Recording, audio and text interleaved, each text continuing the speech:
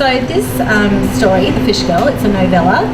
It was a co-winner of the Seizure Viva La Novella this year, so that's every year. If anybody's written a novella, I think they like them to start at 20,000 words up to about 40 or 50. This particular story started out as a short story. It was based on, do you all know Somerset Maugham? He wrote short stories, so he wrote a short story set in the colonial period of Indonesia about 4 Dutchmen and how their wonderful friendship was ruined by a Malay hussy and a trollop, and all these horrible things happened in the short story. And so I decided to write a short story from her point of view, which then turned into this novella. So it's set in Java in Indonesia in the colonial period, and Mina is from a fishing village, and she's been sent into town to work in a Dutchman's house. So that's where we are. The afternoon sun has lost its heat, and minor birds argue among the branches, dropping shreds of leaf onto the patio. Mina is crouched down, grinding dried coriander seeds in the stone mortar. The crushed coriander resembles silt as she dips the tip of her finger into it, rubs its chalkiness between her finger and thumb. She touches it to her nose, against the surface between her nostrils so she can smell its sharp fragrance.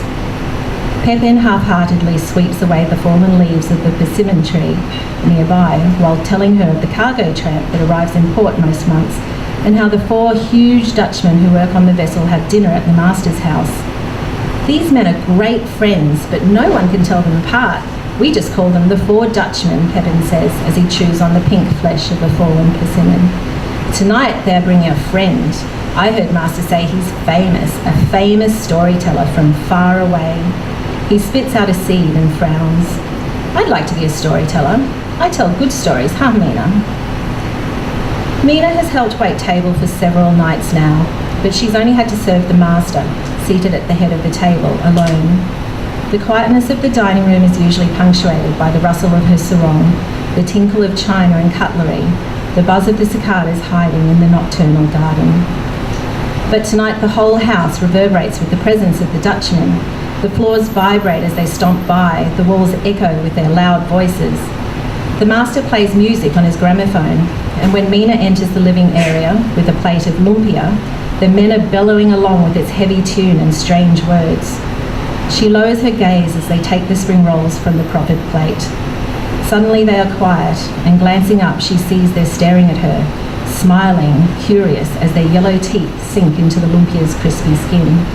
She backs out of the room and the din picks up again.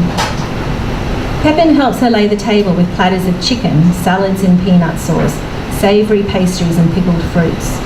Pepin keeps the visitors' glasses of beer filled to the brim, and he's right.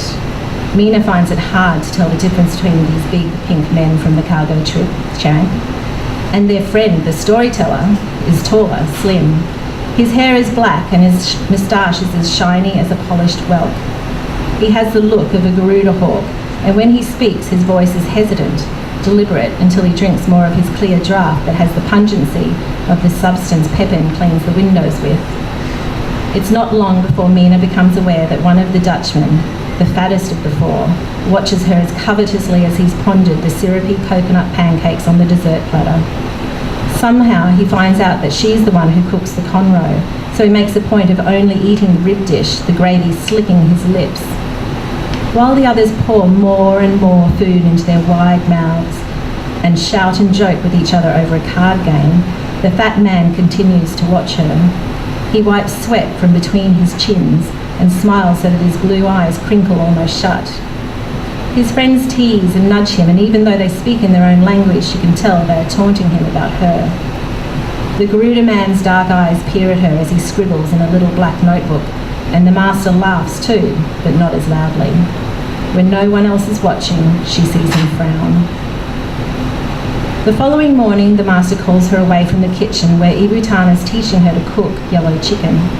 Mina's hands are stained with turmeric, and the freshly sliced garlic stings the tiny fissures in her coarsened fingertips.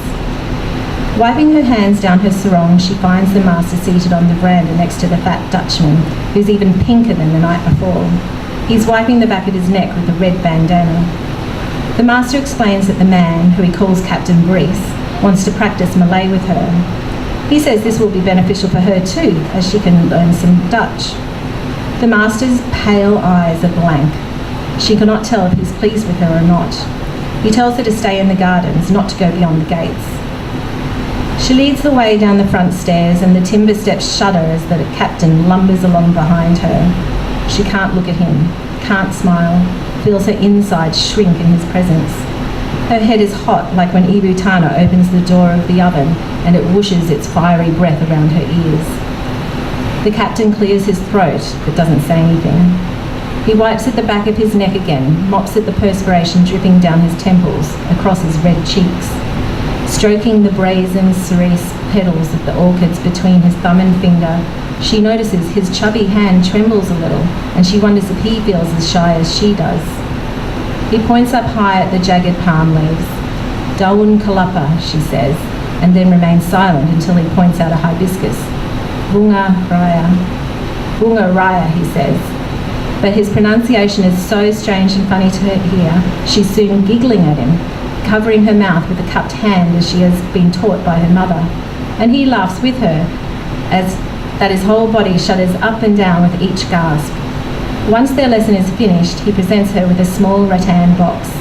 It's painted in a wash of jade green with a pattern of pink dots, and inside she finds sweet-smelling frangipani flowers. She's never owned anything so pretty. He says something to her which she can't understand, smiles, pats her arm. The master sees the captain off and Mina returns to the kitchen. While Ibu Tana's engrossed in counting the 15 eggs to go in the lapis legit cake, Mina hides the rattan box at the back of the shelf that holds her bedding. Not until everyone is asleep later that evening does she take the box out again, and hiding it under her kabaya, she carries it all the way down to the beach. She lifts the lid and places it carefully on the sand. The frangipani fragrance escapes on the sea air. This time she wades with confident steps into the waves, the box of flowers clamped against her chest. The water is as black as squid ink, as warm as tears. She hums the tune her mother used to murmur to her, kerning nanning, nonsense words, yet the melody so soothing. She holds her hand in front of herself, rotating it at the wrist as she sings, watching the moonlight glimmer across her milky fingernails. She calls for the ocean queen. Only when she feels Nyai Loro's strong, smooth pull, feels the soft arms suckle at the skin of her thighs, does Mina scatter the flowers upon the sparkling water.